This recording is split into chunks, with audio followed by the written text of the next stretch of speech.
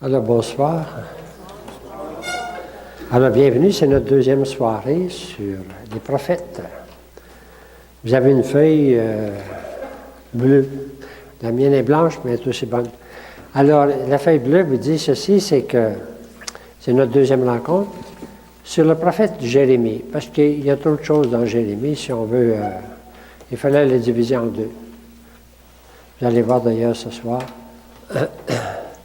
On a vu déjà les deux ensemble. La première feuille, la semaine dernière, la feuille verte, avait un ensemble pour Ézéchiel puis Jérémie, vous vous souvenez? Et puis on voyait un peu Ézéchiel puis Jérémie dans le contexte. Deux grands prophètes en plein cœur de la tourmente. C'est clair qu'ils sont en plein cœur de cette tourmente dont on a parlé. On va commencer par le chant qu'on a tout le temps, le chant des prophètes, voix des prophètes, souffle de Dieu.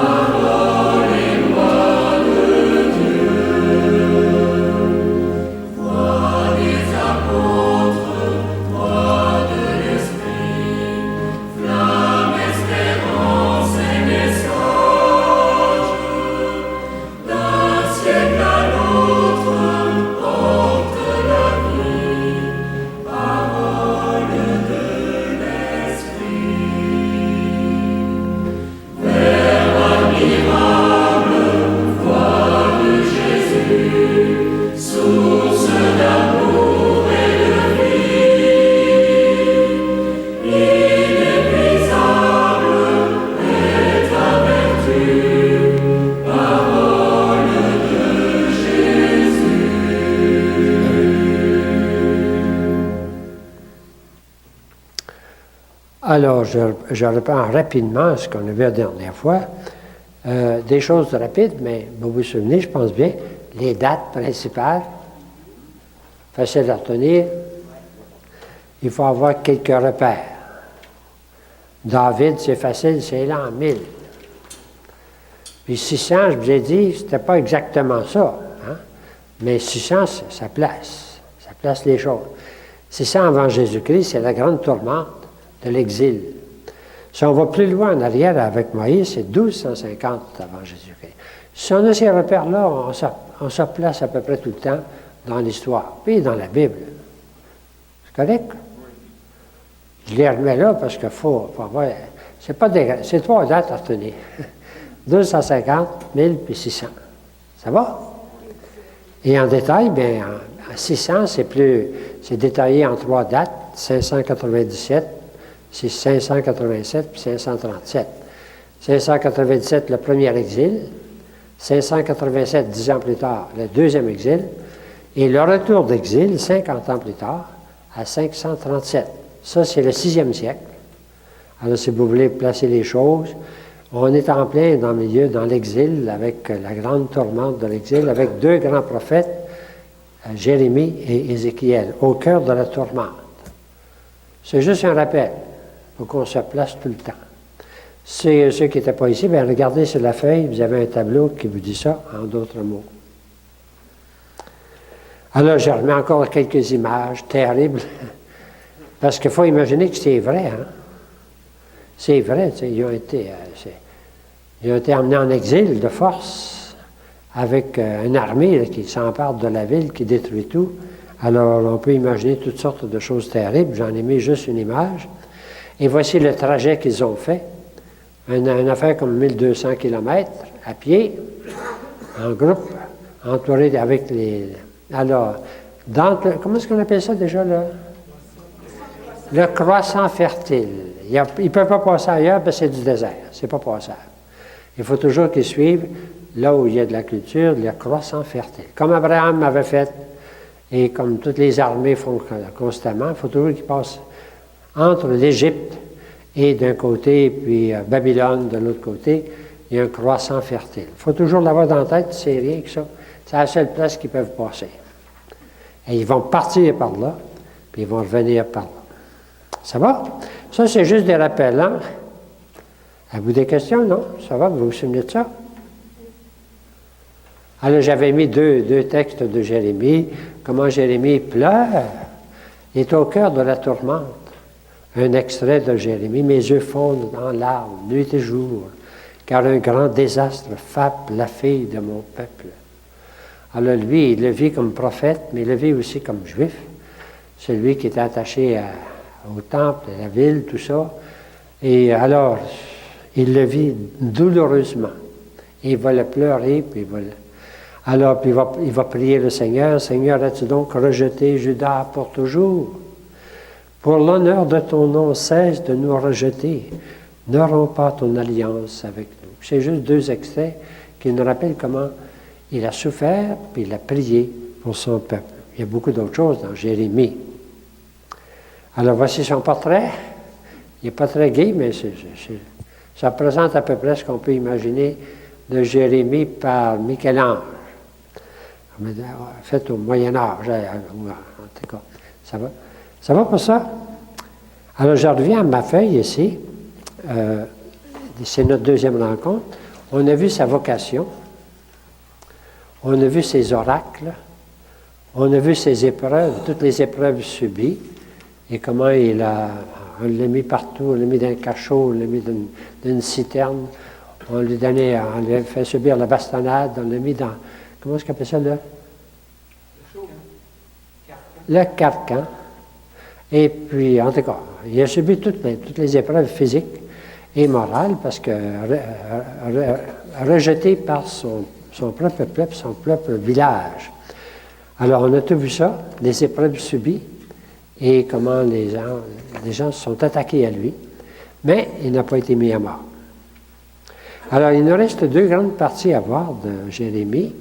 Je les résume en haut de votre page, c'est-à-dire ce qu'on appelle un peu ses confessions. Ou bien on peut parler de Jérémiade, mais les spécialistes n'aiment pas ça. C'est clair que ça a l'air d'un Jérémiade, mais il a raison. Hein? C'est des confessions. On appelle ça les confessions de Jérémie. Il y en a plusieurs.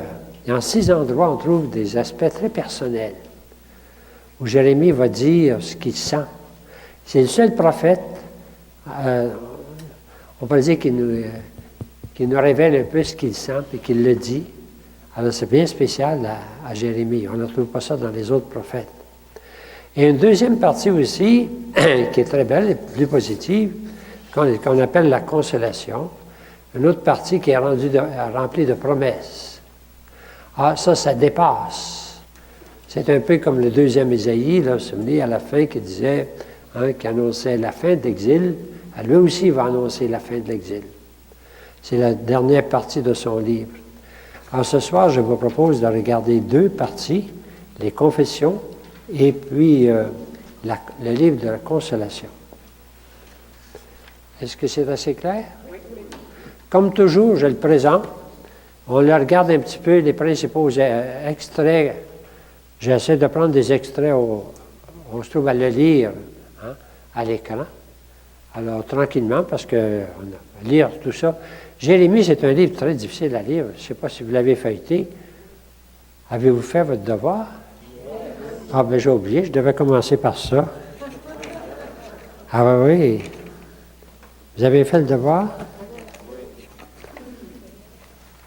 J'espère que je l'ai fait moi aussi.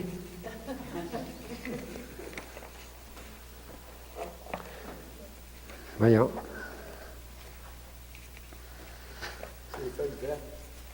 Oui, mais moi, mes feuilles sont blanches, moi.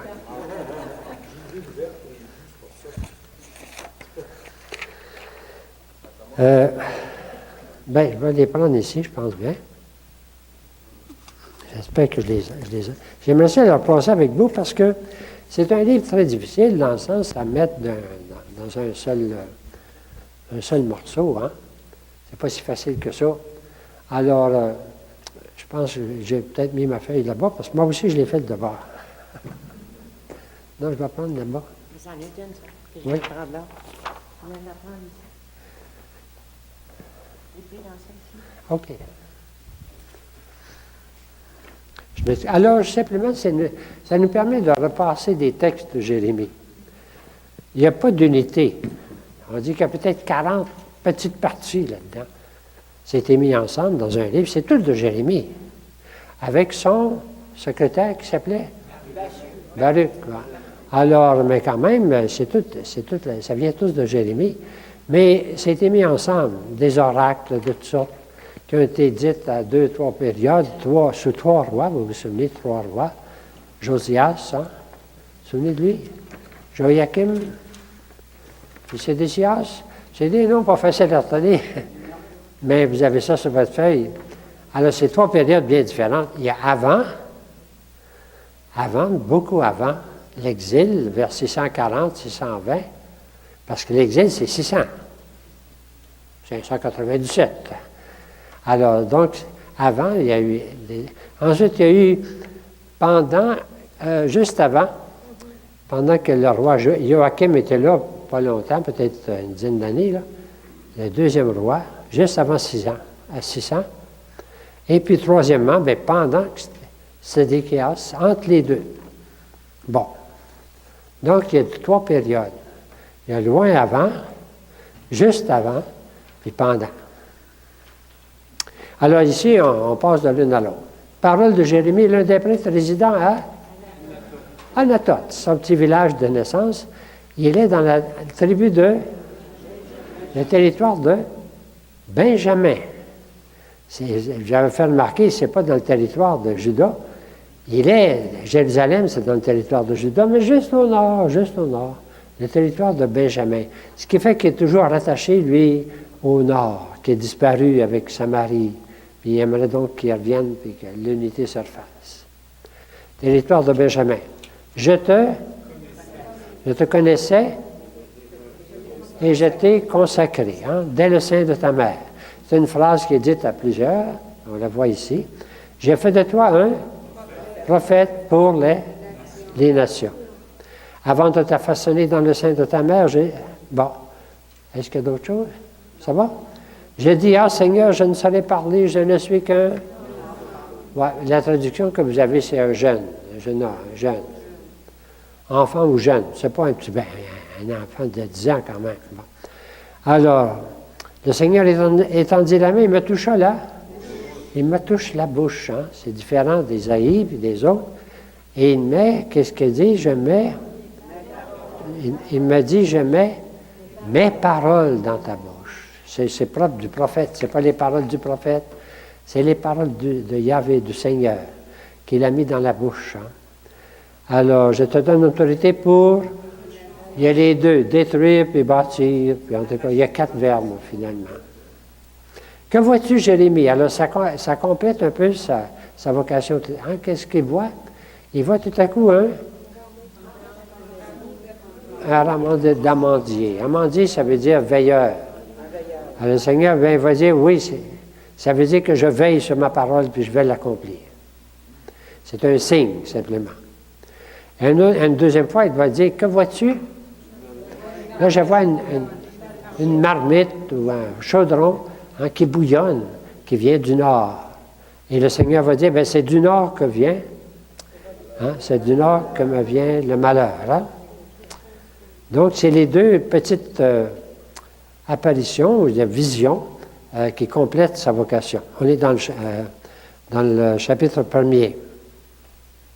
Et tout de suite, à la fin du chapitre 1er, 1,16, c'est le Seigneur.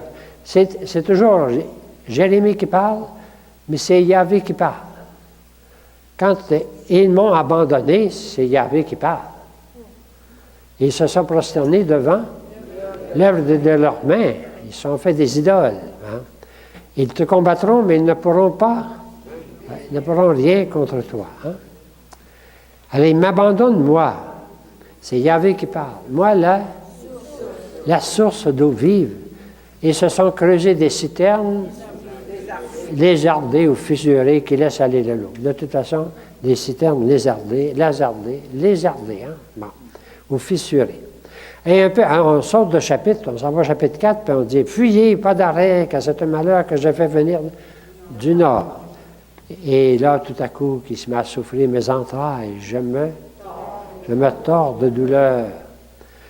Et là, maintenant, on saute encore 3 chapitres, on s'en va au chapitre 7, et c'est avec son secrétaire, Baruch. Il dit à son secrétaire, tu vas aller te placer à la porte du temple. Puis là, tu vas faire, hein? Alors, il sait ce qui va aller mal, c'est-à-dire, lui, il n'a plus le droit d'aller au temple, alors il va envoyer son secrétaire. Et un des grands oracles, c'est le chapitre 9, on saute 2 chapitres. Je fais de Jérusalem un tas de pierres, un repère de chacal. Ça va être abandonné, et c'est ça qui va arriver. C'est ça qui va arriver. Il n'y a plus de rien. Ils ont tout détruit. C'est ça, quand ils vont revenir, ça va, c'est juste des broussailles, et puis il n'y a plus rien. Alors, on saute encore 2 chapitres. Chapitre 11, j'étais comme un agneau docile qu'on mène à l'abattoir. C'était une phrase qu'on emploie souvent pour Jésus-Christ. Hein? Je suis comme un agneau docile qu'on mène à l'abattoir. On va au chapitre 12. Pourquoi la vie des... on va revenir là-dessus tout à l'heure. Pourquoi la vie des méchants est-elle prospère? C'est une des choses sur lesquelles on va revenir tout à l'heure. Et puis, un geste maintenant. Tu t'achèteras une ceinture de lin. Puis il va la cacher, puis elle devient toute pourrie. Puis il dit, c'est comme ça que je vais traiter mon peuple. C'est Dieu qui parle. Et au chapitre 14, mes yeux fondent en larmes, nuit et jour. Et au chapitre 15, une belle phrase qui va revenir aussi. Quand je rencontrais tes paroles, je les dévorais. Quand je rencontrais tes paroles, c'est une des plus belles phrases, je pense, de Jérémie. Quand je rencontrais tes paroles, je les dévorais. Les autres prophètes vont le dire autrement, ils vont manger le livre. Vous vous souvenez? Alors, puis la même chose on va trouver ça dans Ézéchiel, je pense, qu'il mange le livre. Et puis dans l'Apocalypse, il mange le livre. Alors lui, il dit, je les dévorais, c'est une autre façon de le dire. Quand je rencontrais tes paroles, je les dévorais. Je te dresserai comme un rempart de bronze. Et là, ensuite, bien, il va lui dire, va descendre à la maison, un autre geste du potier. Hein? Puis là, il va voir le potier qui travaille. Alors, le Seigneur va dire, vous êtes dans ma main, un peu comme la matière d'un potier. Voilà que Yahvé me fit voir 2 corbeilles c'est une vision de figues. Il y en a une qui est bonne, puis l'autre est pourrie. Et Yahvé va l'appliquer. Je traiterai ce temple comme... Bon, Silo, pour expliquer, c'est un petit peu au nord. C'est dans la tribu de Benjamin. C'est là qu'était le prophète, le premier des premiers, là, Samuel, à Silo. Mais il a été détruit. Silo a été détruit. Alors, quand il dit comme Silo, alors c'est clair que c'est un autre sanctuaire qui est détruit. Bon. C'est le sanctuaire de Samuel, ce Silo. Vous vous souvenez de l'histoire de Samuel? C'est le petit Samuel, là, qui disait, me voici Seigneur. Bon. Alors, ensuite, on tombe dans les menaces. Cet homme mérite la mort, car il a prophétisé contre cette ville. Et fais-toi un autre geste. Fais-toi un joug, mets-le sur ta nuque. C'est pour exprimer comment le peuple va être soumis à Babylone.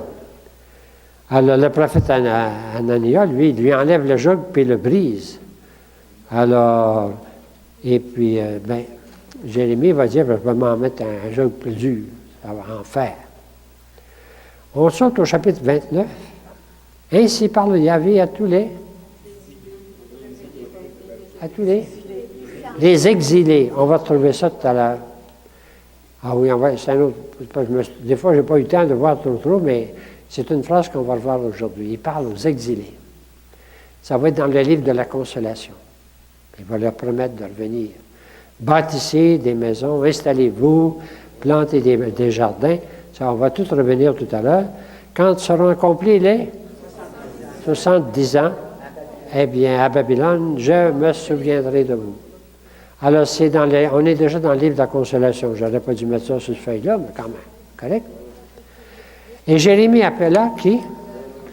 Son secrétaire, Baruch, qui écrivit sous sa dictée. C'est ça?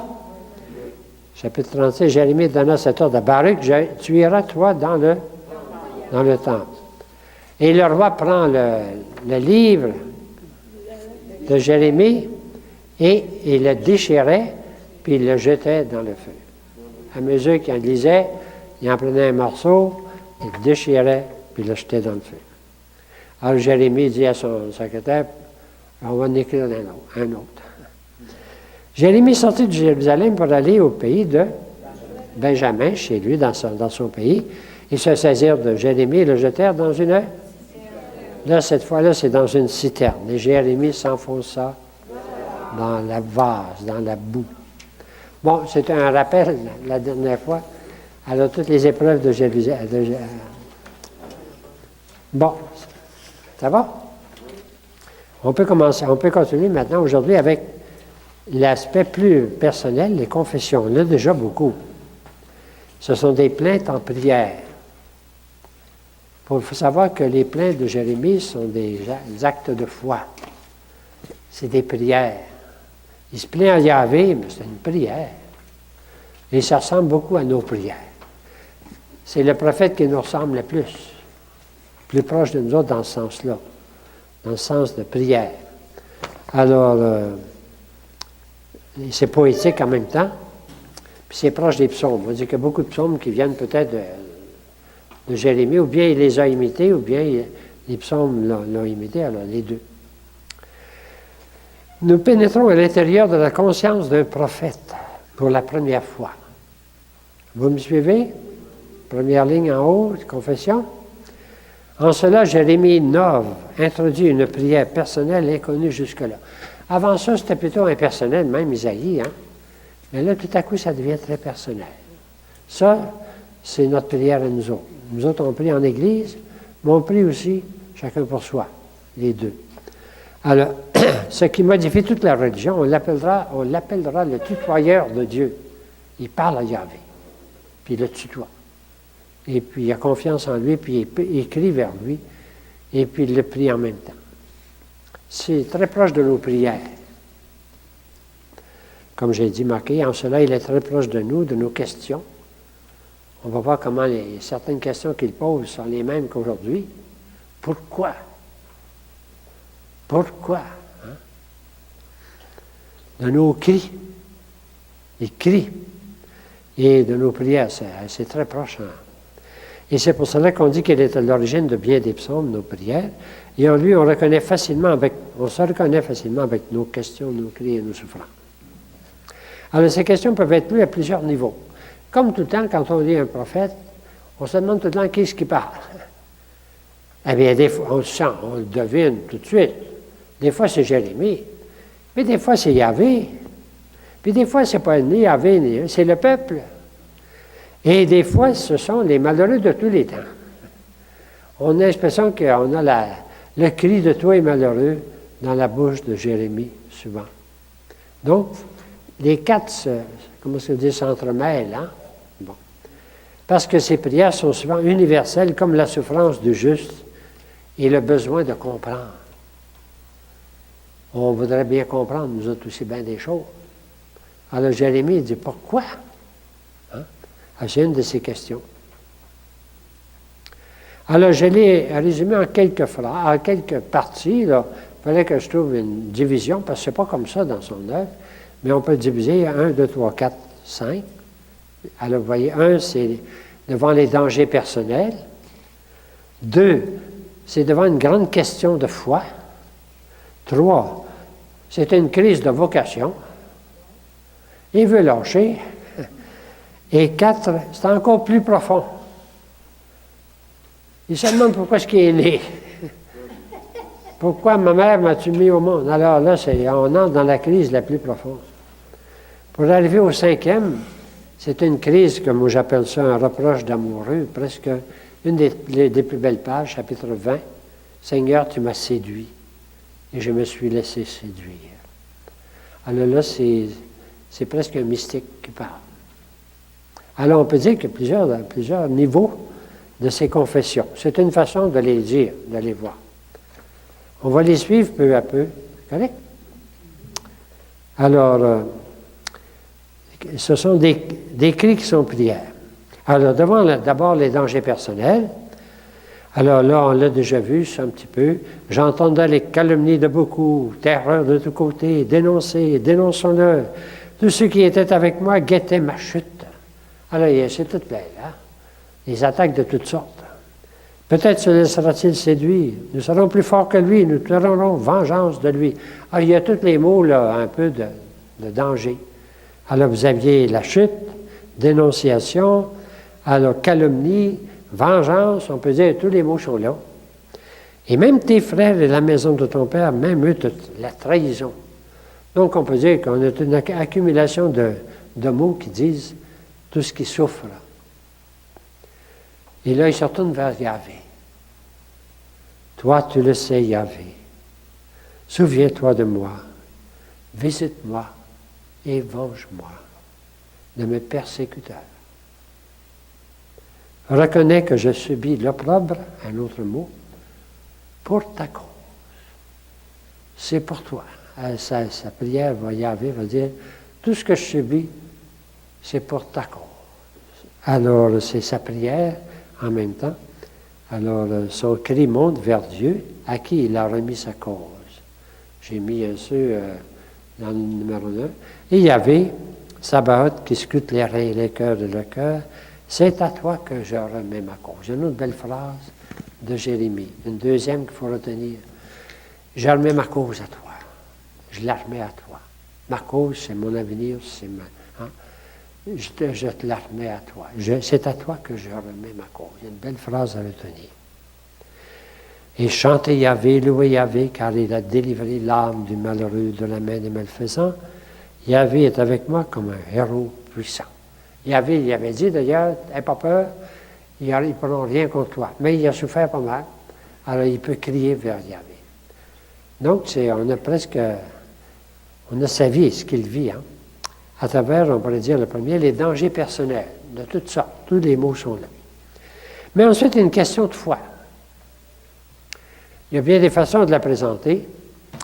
Une façon de la présenter, c'est avec le psaume numéro 1. Lui, il vivait proche du temple, il chantait les psaumes, et probablement qu'il lisait, il chantait un psaume qu'on connaît bien. « Béni soit l'homme qui se confie à Yahvé et dont Yahvé est la foi.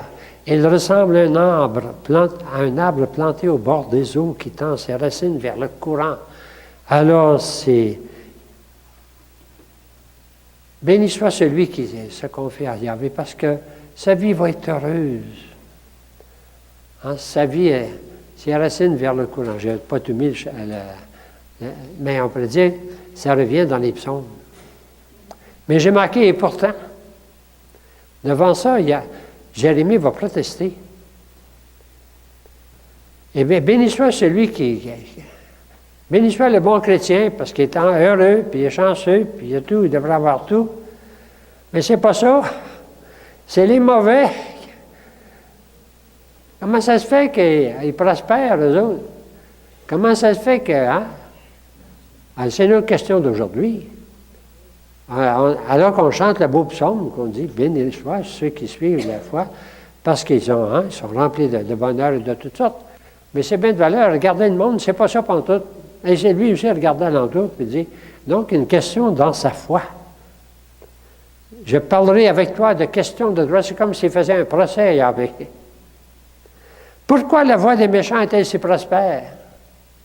Pourquoi tous les traîtres sont-ils en paix?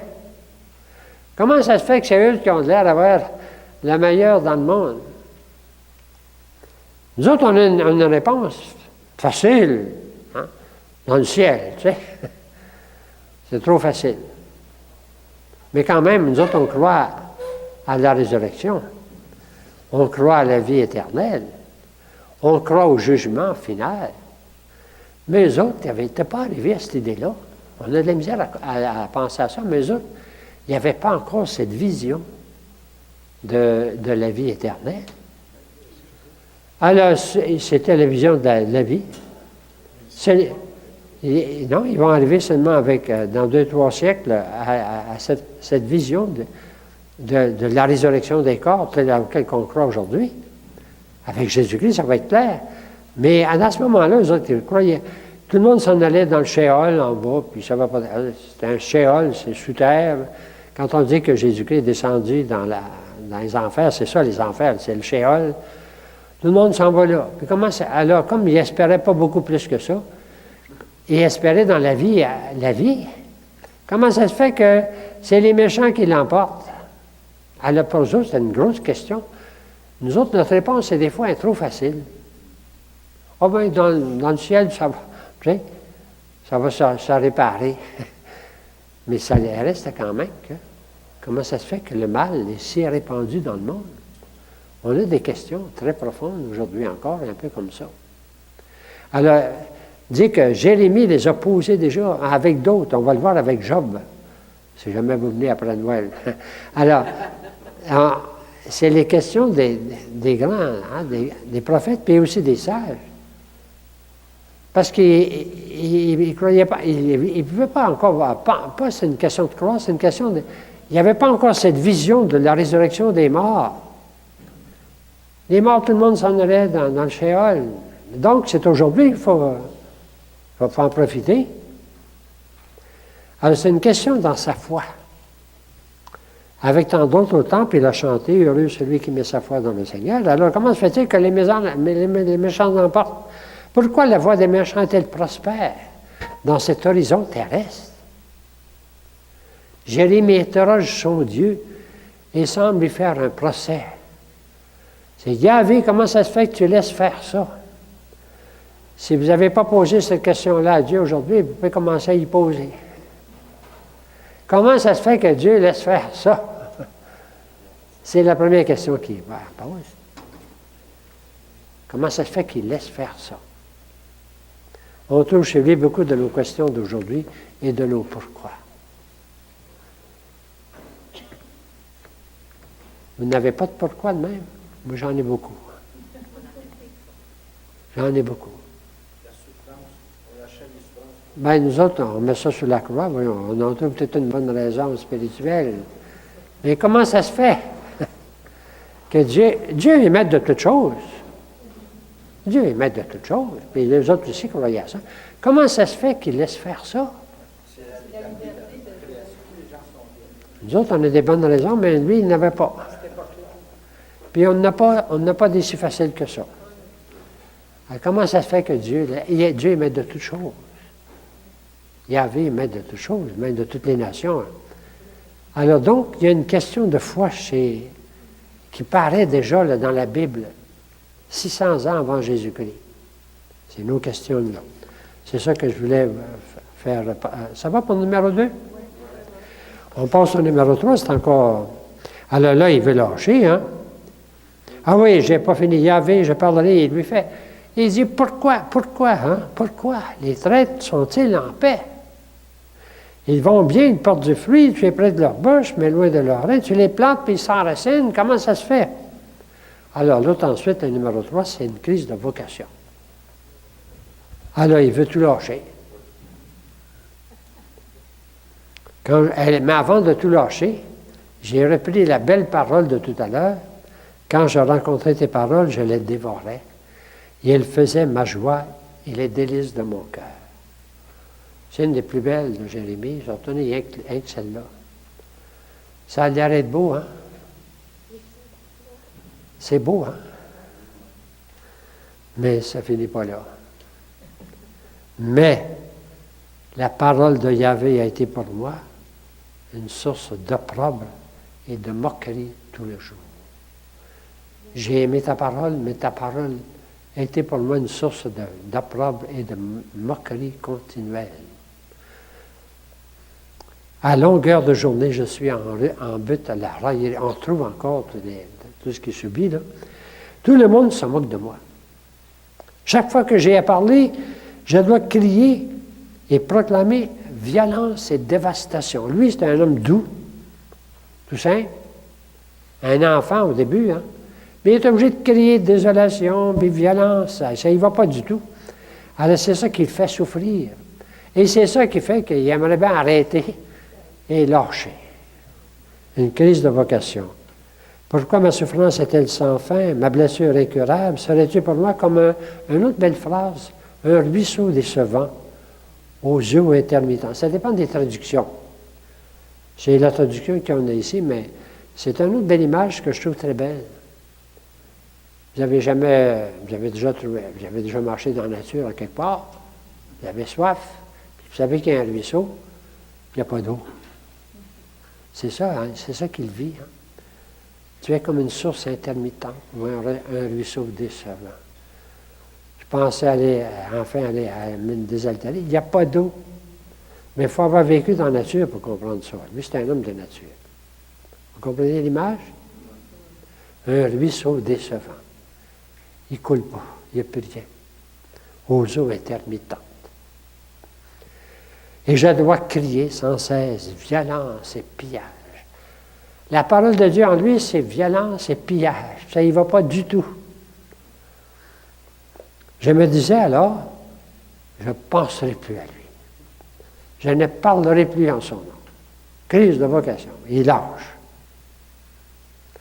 Mais c'était en mon cœur comme un feu dévorant. Une autre belle phrase. J'avais pas dit je ne parlerai plus. La parole dans mon cœur, c'était comme un feu dévorant. Enfermé dans mes os. Je m'épuisais à le contenir et je n'ai pas pu. Il aimerait lâcher, puis il ne peut pas. La parole de Dieu que Dieu a mis dans sa bouche, là, c'est trop fort. Et c'est comme un feu dévorant. Alors, sa crise de vocation, il la vit, mais en même temps, il ne peut pas dire non. À quoi le Seigneur répondit, hein, si tu reviens, tu reprendras ton service, et tu seras ma propre bouche. Alors c'est le Seigneur, il dit, tu vas continuer. Voyez-vous sa crise de vocation? C'est assez vrai. Ça ne vous tente pas de lâcher des fois? Bon, c'est ça. Mais encore plus profondément, une autre crise encore plus profonde, c'est que là, malheur à moi, ma mère, car tu m'as enfanté, homme de querelle et de discorde. Maudit soit le jour où je suis né. Le jour où ma mère m'enfanta, qu'il ne soit pas béni. Maudit soit l'homme qui annonça à mon père cette nouvelle, un fils, un garçon est né, et le combla de joie. Ça ne peut pas être pire. Il regrette d'être né, puis il regrette. Hein? Alors, c'est la crise encore plus profonde. Car il ne m'a pas fait mourir dès le sein pour que ma mère soit un tombeau et que ses entrailles me portent à jamais. Il aurait aimé ne pas naître. Mourir dans le sein de sa mère. Ça ne peut pas être pire. Donc, c'est une crise profonde. Pourquoi donc suis-je sorti du sein? Pour voir tourment et peine et finir mes jours dans la honte. C'est le découragement complet. On ne peut pas le dire plus fort, je pense bien. On trouve des gens découragés comme ça, qui vont se suicider. C'est triste. Il ne s'est pas suicidé. Mais on pourrait dire qu'on touche là le découragement. Hein? C'est plus, on peut dire ça, découragement. On peut aller plus bon, et dire dépression, désespoir, dépression, en tout cas. On sent qu'il vit tout ça. Ah bien, encore maintenant, un autre aspect. Ensuite, il se retourne, et ça, c'est un des très beaux chapitres. C'est le chapitre 20. Tu m'as séduit et je me suis laissé séduire. Il va parler à Yahvé d'une façon très intime dans la foi. Il parle à son Dieu. Yahvé, tu as voulu me séduire, je me suis laissé séduire. Tu m'as maîtrisé, tu as été le plus fort. J'ai apporté ici un livre de Michel Croix. Vous connaissez pas ce livre? Hein? Ça date de 25-30 ans. Mais il y avait une belle... Dans le temps, j'aimais beaucoup cette page-là. C'est qu'il y a une méditation de Michel Croix sur ce fleur. Hein? Seigneur, tu m'as saisi et je n'ai pu te résister. J'ai couru longuement, mais tu me poursuivais. Je faisais des détours, mais tu les connaissais. Tu m'as rejoint. Je me suis débattu, mais tu as gagné. Comment Michel Croix l'interprète pour lui. Me voici, Seigneur. J'ai dit oui à bout de souffle, à bout de lutte, presque malgré moi. Alors, c'est une méditation sur cette phrase de Jérémie. Tu m'as séduit, Seigneur, et je me suis laissé séduire. Tu as été le plus fort. Tu as été le plus fort. Tu m'as maîtrisé. Alors, on est proche des mystiques, hein? On est proche des grands saints. On est proche de tout ça. Bon. Et c'est à toi que j'ai confié ma cause. Ça revient 2 fois, la même chose que tout à l'heure.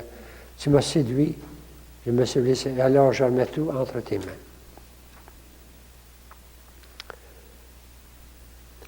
On va trouver des choses semblables. Oh Jésus. Oh Jésus. Entre tes mains, je remets mon esprit. Ou bien encore, c'est la volonté de Jésus qui fait tout le temps la volonté de son Père.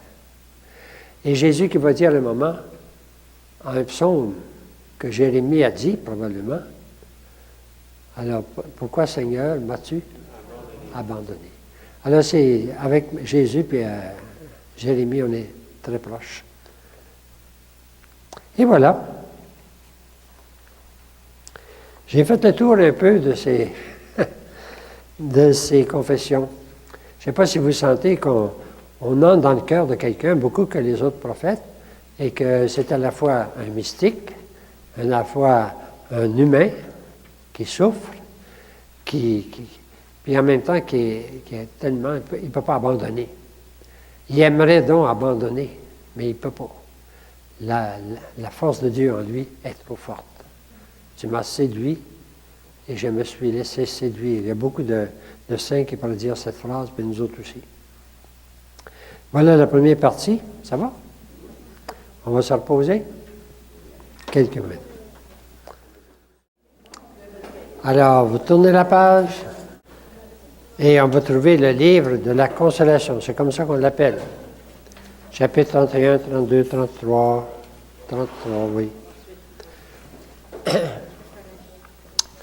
Il y en a qui l'appellent le cœur théologique. Je ne sais pas exactement pourquoi, mais le cœur théologique de Jérémie. Alors Jérémie, après avoir annoncé le malheur de toutes sortes, puis avoir souffert, puis d'avoir crié, et par lui, maintenant Dieu va annoncer le salut. Et par lui, il va consoler son peuple. Et par lui, alors, il va ramener son peuple. Alors, c'est tout ça que Jérémie va écrire dans les derniers chapitres. Alors, ça ne finit pas dans le désespoir, loin de là, ça se finit dans l'espérance et le retour. Et c'est l'action de Yahvé. Je l'ai mis ici en petit, là. Alors, devant son peuple qui pleure, c'est Rachel qui pleure ses fils, vous vous souvenez de ça? Qui s'en allaient, puis qui ne sont pas revenus. Là, on est de 30 à 33, en haut de la page.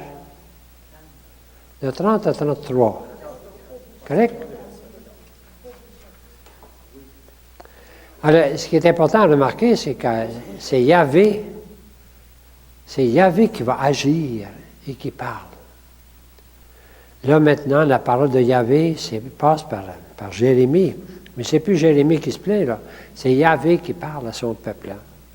Et puis qu'il va exprimer ses promesses aux exilés. Vous vous souvenez de la phrase? Il parle aux exilés. Alors Jérémie parle aux exilés parce que Yahvé parle aux exilés. Et la grande promesse, je ramènerai les captifs de mon peuple. On est devant le grand mystère de tout le peuple élu, hein? L'exil. Pourquoi l'exil? 70 ans après, ou 50 ans après, le retour. Alors, vous vous souvenez de 2 grandes périodes, dans le salut de l'Égypte, auquel les Juifs ont toujours fait référence, mais nous autres aussi, le salut de l'Égypte, et le salut de Babylone, c'est-à-dire le retour de Babylone. Pourquoi est-ce que Dieu a permis tout ça? Bien, la seule réponse, c'est qu'on l'a à la fin, c'est la consolation. Hein? Il va ramener son peuple. Ce qui était impensable. Parce que les autres peuples étaient dispersés, puis finis. Dieu va ramener son peuple. Il va le ramener, puis le temple va être rebâti, avec peine et de misère, mais quand même. Alors, Jérusalem va être rebâtie avec peine et misère. Plus tard, ça va être détruit encore par des Romains, mais Dieu, toute cette histoire de... Je me demande tout le temps pourquoi est-ce que Dieu a fait ça de même. Pourquoi est-ce qu'il a fait ça de même? Et pourtant, si on n'avait pas ça, qu'est-ce qu'on aurait? Est-ce que Dieu nous aurait parlé, tu sais, en façon abstraite? Non, il nous parle à travers la vie d'un peuple. Et ça, il nous parle à travers la vie d'un peuple, hein, vécu là, pour vrai, là, tu sais, toutes sortes. Et ça devient, c'est-à-dire, la parole de Dieu passe à travers du concret. De telle sorte que c'est encore la même chose aujourd'hui. Dieu parle à travers la vie du monde, la vie d'un peuple. Et ça devient comme notre référence, heureusement. On a une référence extraordinaire dans la parole de Dieu qui raconte la vie d'un peuple mené par Dieu. Mais pas de notre façon, nous autres, avec un tas de mystères. Dieu n'arrange pas les affaires facilement, mais tout à coup, il va ramener son peuple. Et c'est toute cette grande espérance qu'on va trouver avec Jésus-Christ, hein, davantage. Il prépare l'entrée. En fait, tout l'Ancien Testament, c'est pour préparer le vrai sens du nouveau, c'est le salut en Jésus-Christ. Alors, j'ai marqué ici, c'est Yahvé qui parle et qui va agir. Il est maître de tout, même de Babylone, puis même de Nénive, puis même des Assyriens, puis même des Romains. Dieu est maître de tout. C'est la foi des Juifs. Il n'y a rien qu'un Dieu. Il disait, hein, il n'y en a pas d'autre, disait, vous vous souvenez, Isaïe répétait ça, il n'y en a pas d'autre. Et ce Dieu-là est maître de tout, mais à sa façon, à lui. Il permet tout ça, puis il choisit un peuple, ça devient pour nous autres une référence extraordinaire. Si on n'avait pas la Bible, qu'est-ce qu'on aurait? Si on n'avait pas la Bible, qu'est-ce qu'on aurait comme référence? Hein? Alors, c'est ça, c'est la vie. On touche du doigt, on pourrait dire, la providence de Dieu telle qu'il a voulu. À travers toutes sortes d'épreuves et d'histoires, mais on a une référence extraordinaire. Et les prophètes en sont les héros, H-E-R-A-U-T, ceux qui le chantent, ceux qui le disent, ceux qui le mettent le doigt dessus, ceux qui le font connaître. Les prophètes sont là pour en donner le sens. Bon. Alors, les promesses aux exilés, j'en ai quelques-unes ici. Alors, vous avez ici, « Ainsi parle Yahvé à tous les exilés ». C'est Yahvé maintenant qui parle aux exilés. On a vu la dernière fois que quand Jérémie voit deux corbeilles, des figues pourries puis des figues... les bonnes, c'est les exilés. Vous vous souvenez de ça? Ben oui, les mauvaises, c'est celles qui sont à Jérusalem puis qui, entre les deux, là, puis qui ne veulent pas... avec Sédécias, puis qui vont être détruits. Les bonnes figues, ce sont ceux qui sont en exil puis qui vont revenir. Et quand seront accomplis les 70 ans à Babylone, je vous visiterai. Au moment où Jérémie, dit ça, cette parabole-là, cet oracle-là, c'est une certitude, eh bien, c'est après 70 ans. En réalité, pour nous autres, c'est 60 ou 50, là, mais le chiffre, ils vont revenir. Et c'est Dieu qui a dit, je vous visiterai. Comme prophétie, là, c'est une des plus fortes. Voici venir des jours, oracle de Yahvé. Hein? Oracle de Yahvé. C'est Yahvé qui parle. Ou c'est Yahvé qui parle. Je ramènerai les captifs de mon peuple d'Israël et je les ferai revenir au pays que j'ai donné à leur père. Je vais les faire revenir. Rien qu'il y avait qui pouvait dire ça. Je ramènerai les captifs. Alors, j'ai mis quelques extraits ici, correct? Et ils viendront hurlant de joie au mont Sion. Ça va être moins gai que ça. Mais ça dépend des psaumes. Vous connaissez un psaume, ils reviennent, puis ils sont tout heureux, puis ils reviennent. Mais la réalité, telle qu'on la lit dans les livres d'Esdras, puis l'autre, là, non pas Jérémie, Esdras, puis Néhémie. Alors, c'est moins gai que ça. Mais quand même, il y a ce retour extraordinaire. Ils vont revenir. C'est Yahvé qui va les faire revenir. Et pour ça, il va aller chercher un Perse qui s'appelle Cyrus, puis il va le faire devenir empereur, puis c'est lui qui va faire revenir. C'est Dieu qui mène tout. C'est quelque chose. Ils reviennent dans la joie, évidemment. Et le mot qui revient maintenant, ça va être le mot de sauveur. Ne sois pas terrifié, Israël, car voici que je vais te sauver des terres lointaines. Jacob reviendra et sera paisible et tranquille. Il leur promet tout. Car je suis avec toi pour te sauver. C'est la promesse de Yahvé par le prophète à son peuple qui est parti en exil, mais il va revenir, puis ça va être le salut. Et je rassemblerai moi-même le reste de mes brebis. Alors, on peut dire que c'est le mot pasteur qui est en tout ça. C'est Yahvé qui se fait pasteur. C'est lui qui rassemble ses brebis. Le bon pasteur, qui annonce le bon pasteur. Je vais les rassembler. Ça va? Et je vais vous donner de vrais pasteurs. Revenez, mes fils infidèles, car je suis resté votre Seigneur. Je vous donnerai des pasteurs selon mon cœur. Je vous donnerai des pasteurs selon mon cœur. Je susciterai à David un roi de justice et de paix. Alors le peuple va trouver des pasteurs, un roi, tout ça. Et le mot le plus important est après. C'est le mot alliance. Je conclurai avec la maison de Juda une alliance nouvelle. Une alliance nouvelle. Alors, l'alliance qui était faite avec Abraham, qui était refaite avec Moïse et par les prophètes, maintenant Dieu va la refaire. Et là, c'est le mot qui annonce l'alliance de Jésus-Christ. Ça va? Et cette alliance, mais c'est pour tout le monde. Nous me connaîtront tous, petits et grands. J'inscrirai la loi dans leur cœur. La nouvelle alliance, c'est la loi de Dieu dans le cœur. De nouveau, je te bâtirai et tu seras rebâti, vierge d'Israël. De nouveau, tu te feras belle, tu sortiras au milieu des danses joyeuses. Alors, c'est l'image de la jeune dame. Et la dernière phrase, d'un amour éternel, je t'ai aimé. Aussi t'ai-je maintenu ma faveur. Dieu qui s'est attaché à un peuple qui est d'un amour éternel. Comme phrase, c'est beau, hein?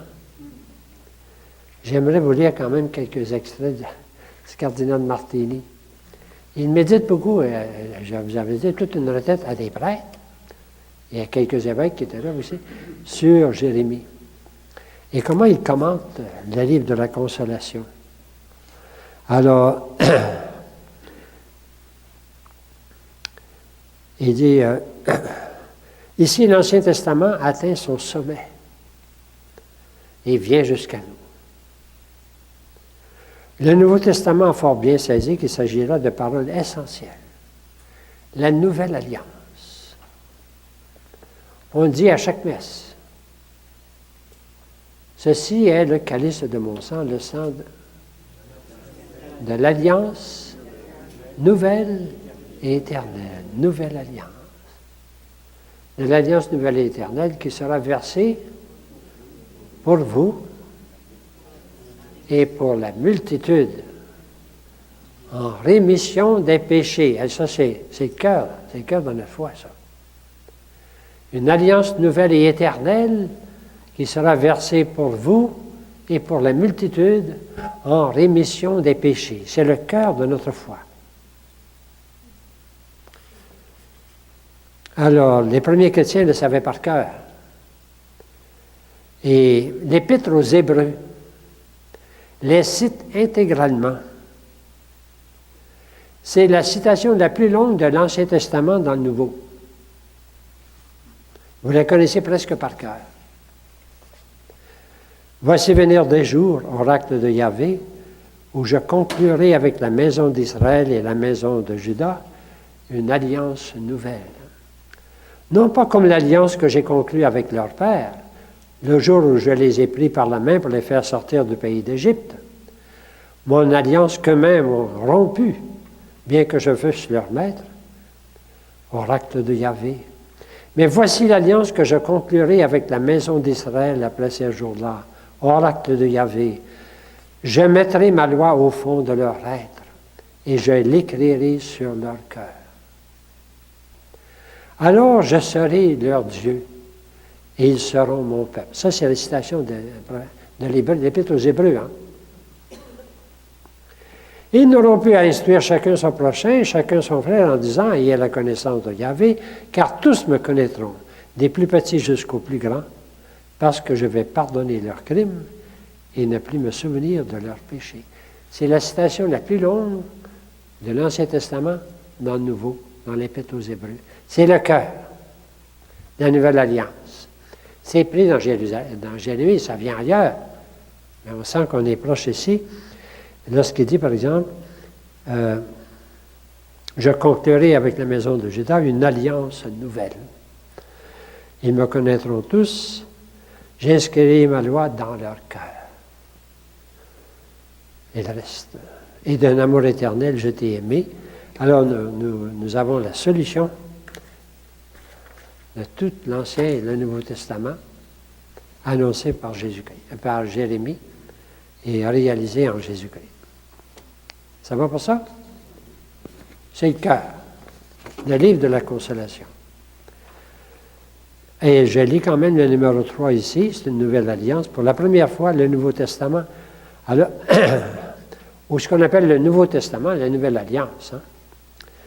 Et ce qu'elle a de nouveau, c'est qu'elle sera intérieure, elle sera mutuelle. Dieu et chacun, elle comporte le pardon.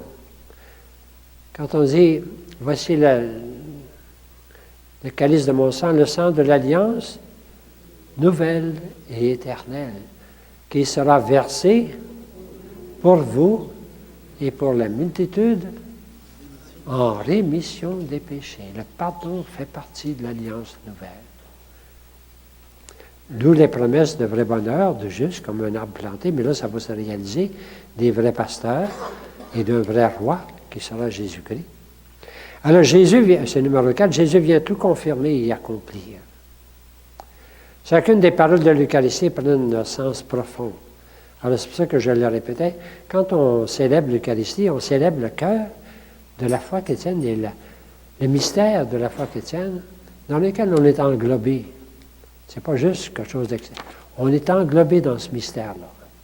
Il est déjà préparé par tout l'Ancien Testament. Puis il est réalisé dans le Nouveau Testament. Puis il n'est pas fini.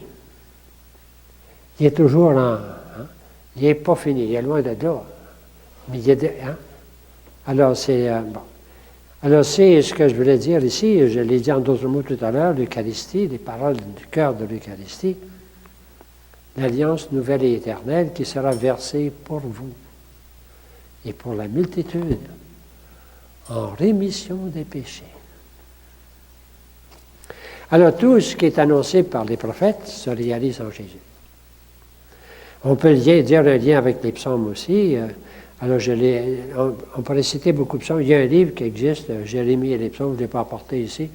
Il essaie de montrer comment il y a beaucoup de phrases des psaumes qu'on trouve dans Jérémie. Puis, j'ai essayé de regarder ça, c'est trop compliqué de se lancer là-dedans.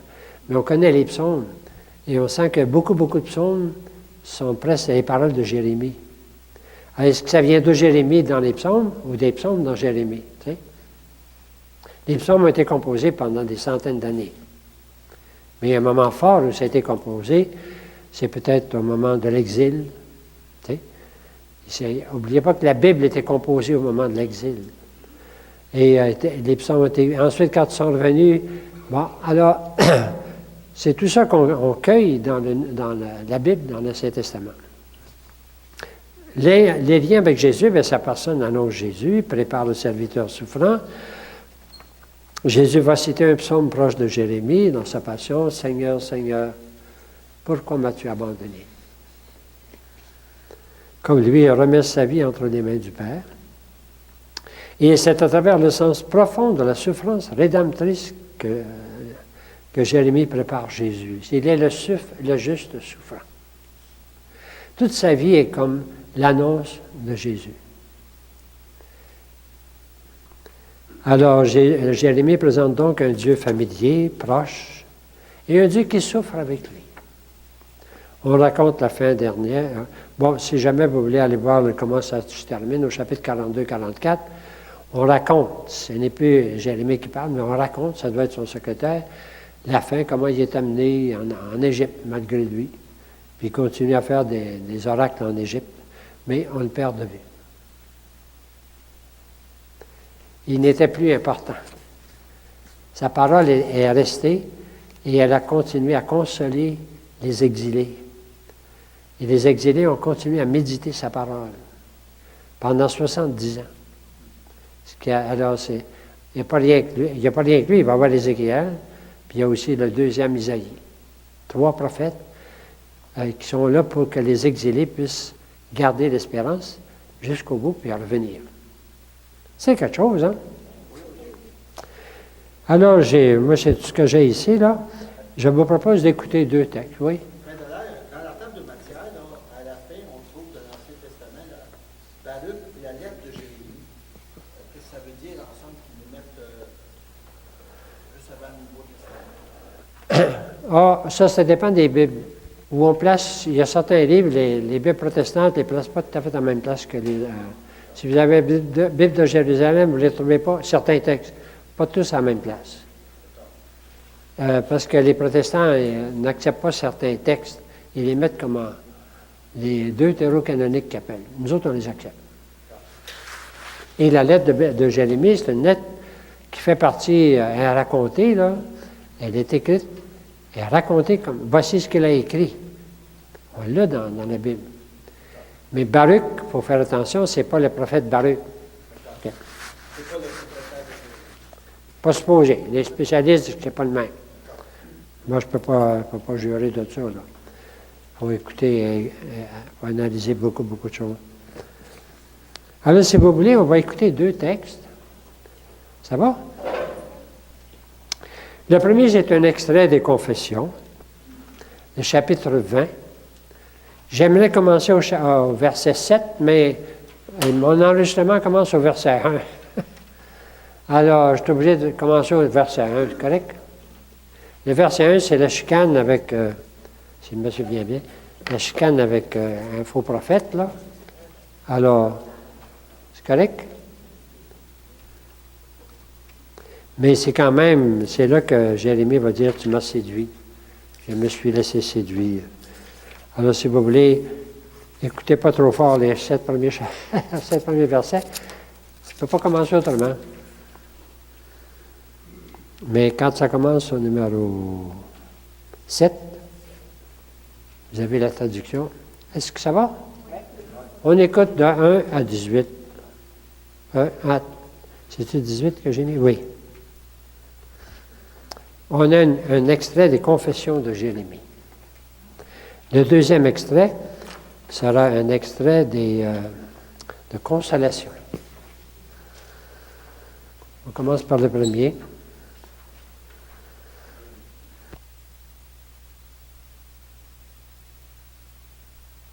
Livre du prophète Jérémie, chapitre 20. Et Pashkur, fils d'Imer, le sacrificateur, et il était premier intendant dans la maison de l'Éternel, entendit Jérémie prophétiser ces choses.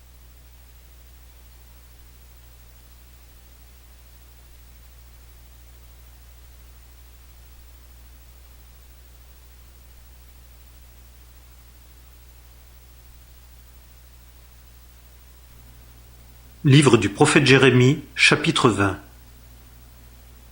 Et Pashkur, fils d'Imer, le sacrificateur, et il était premier intendant dans la maison de l'Éternel, entendit Jérémie prophétiser ces choses. Et Pashkur frappa Jérémie le prophète et le mit au bloc à la porte haute de Benjamin, dans la maison de l'Éternel. Et il arriva le lendemain que Pashkur tira Jérémie du bloc. Et Jérémie lui dit, « L'Éternel n'appelle pas ton nom Pashkur, mais Magor Missabib. Car ainsi dit l'Éternel, voici, je te ferai être une terreur pour toi et pour tous ceux qui t'aiment, et ils tomberont par l'épée de leurs ennemis, et tes yeux le verront. et je livrerai tout Juda en la main du roi de Babylone, et il les transportera à Babylone, et les frappera de l'épée. Et je livrerai toutes les richesses de cette ville, et tout son travail, et tout ce qu'elle a de précieux, et tous les trésors des rois de Juda, je les livrerai en la main de leurs ennemis. Et ils les pilleront, et les prendront, et les emporteront à Babylone. Et toi, Pashkur, et tous ceux qui habitent dans ta maison, vous irez en captivité. Et tu iras à Babylone, et là tu mourras, et là tu seras enterré, toi et tous ceux qui t'aiment, auxquels tu as prophétisé le mensonge. Tu m'as entraîné, ô Éternel, et j'ai été entraîné. Tu m'as saisi, et tu as été le plus fort. Je suis un objet de dérision tout le jour. Chacun se moque de moi. Car, toutes les fois que je parle, je crie, je proclame la violence et la dévastation. Car la parole de l'Éternel m'a été à opprobre et à moquerie tout le jour. Et j'ai dit, je ne ferai plus mention de lui, et je ne parlerai plus en son nom. Mais elle a été dans mon cœur comme un feu brûlant, renfermée dans mes os. Je fus là de la retenir, et je ne l'ai pu. Car j'ai entendu les diffamations de plusieurs, la terreur de tous côtés. Rapportez et nous rapporterons. Tous mes familiers guettaient ma chute, disant « Peut-être se laissera-t-il séduire, et nous prévaudrons contre lui, et nous nous vengerons sur lui. » Mais l'Éternel est avec moi comme un homme puissant. C'est pourquoi mes persécuteurs trébucheront et ne prévaudront pas. Ils seront fort honteux, car ils n'ont pas réussi. Confusion éternelle qui ne sera point oubliée. Éternel des armées, qui éprouve le juste, et qui voit les reins et le cœur, fais que je voie ta vengeance sur eux, car à toi j'ai découvert ma cause. Chantez à l'Éternel, louez l'Éternel, car il a délivré l'âme du pauvre de la main des méchants. Maudit le jour où je naquis, que le jour où ma mère m'enfanta ne soit point béni. Maudit l'homme qui annonça des nouvelles à mon père, disant « Un enfant mâle t'est né », et qui le combla de joie. Que cet homme-là soit comme les villes que l'Éternel a renversées sans s'en repentir. Qu'il entende des cris le matin et des clameurs au temps de midi, parce qu'il ne m'a pas fait mourir dès le ventre. Ou ma mère, que n'a-t-elle pas été mon sépulcre? Et son ventre, que ne m'a-t-il toujours porté? Pourquoi suis-je sorti du ventre? Pour voir le trouble et l'affliction, et pour que mes jours se consument dans l'opprobre.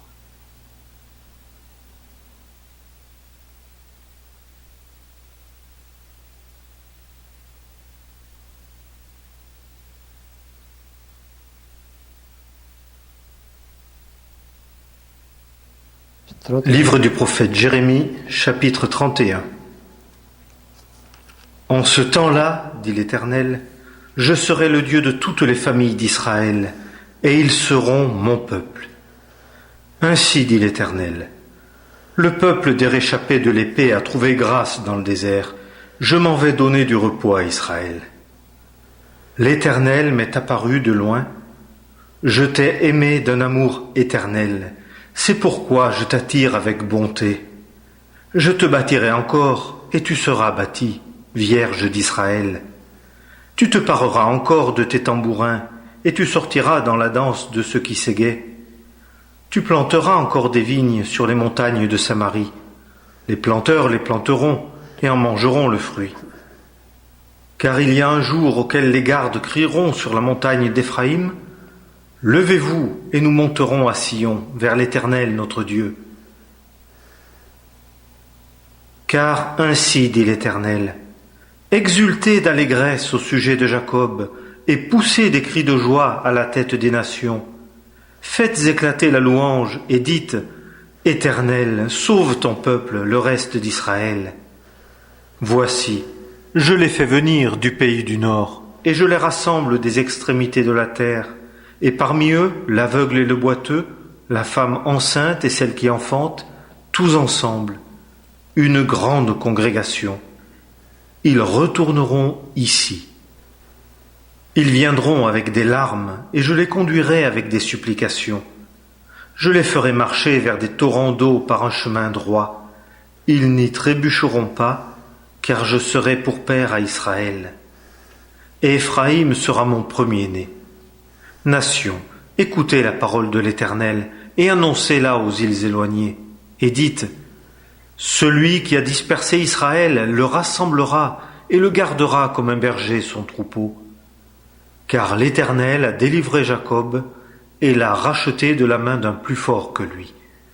Et ils viendront et exulteront avec chant de triomphe sur les hauteurs de Sion, et ils afflueront vers les biens de l'Éternel, au blé et au mou, et à l'huile et aux fruits du menu et du gros bétail. Et leur âme sera comme un jardin arrosé, et ils ne seront plus languissants. Alors la Vierge se réjouira dans la danse, et les jeunes gens et les vieillards tous ensemble. Et je changerai leur deuil en allégresse, et je les consolerai, et je les réjouirai en les délivrant de leur douleur, et je rassasierai de graisse l'âme des sacrificateurs, et mon peuple sera rassasié de mes biens, dit l'Éternel. Voilà. Je pense qu'on connaît un petit peu Jérémie. On va pouvoir passer à Ézéchiel. C'est deux grands prophètes. Alors, ce n'est pas si facile que ça à tout comprendre, mais on a le principal.